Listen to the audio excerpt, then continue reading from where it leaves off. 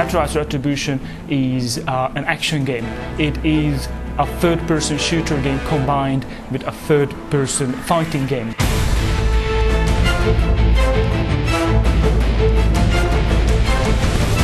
Vice City cop Jack Slate. The player is following his story, how he discovers a conspiracy and how he's going to fight it. Have you seen the news? Do you know how many times I had to show my ID to get here? Jack, people are looking for you. Yeah. All the wrong people. What the hell happened to you? Where's Shadow? Here, boy. What have you two been up to?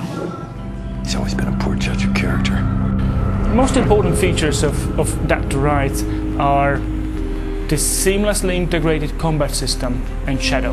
Shadow is obviously a very important partner as an AI body.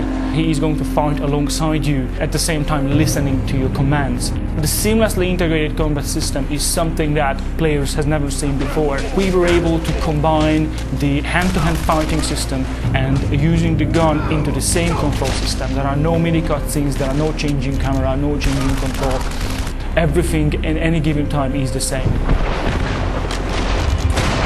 It is not only a reboot of the franchise and a whole new beginning of a series of games, hopefully, but it is also a testing ground for this kind of action gaming. Dead Rise had many hallmark features which really identify the franchise.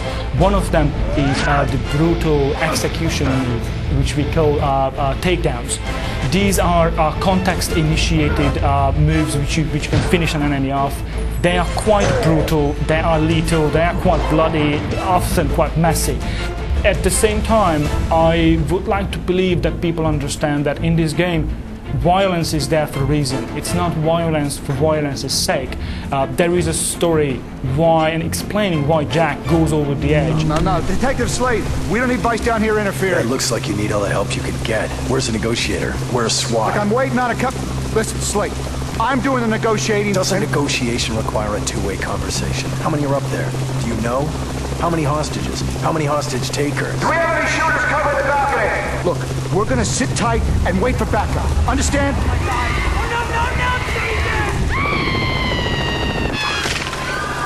No! We are actually very proud of what we were able to create. We spent an awful lot of time explaining to the voice actors that what is the story arc, what is the environment, describing Grand City, describing the other characters and their emotions to each other, and what is the journey they go through. Better not pull any cheap punches, Jack. Remember, I'm just an old man. One thing which might sound obvious to people, but is not necessarily happening in the games industry, that when two people are talking to each other, putting them at the recording booth at the same time so they can play off each other. We're just gonna keep talking. Old man, are we gonna actually fight? Don't be in such a rush to lose, son. Oh, to lose. Still talking. That's all I hear. Talking. Similarly, when we recorded motion capturing, we separated out stunt work from acting. Hollywood-based martial artists and stunt actors were giving us the movements for the fighting sequences. We think it was very important that have a specific manager in charge of animations in this game because it's such animation-heavy title. We needed someone who understands how martial art works and how those moves work. He is a martial artist practitioner himself, and he was working together with the stunt actors and martial artists in Hollywood in our motion capturing session.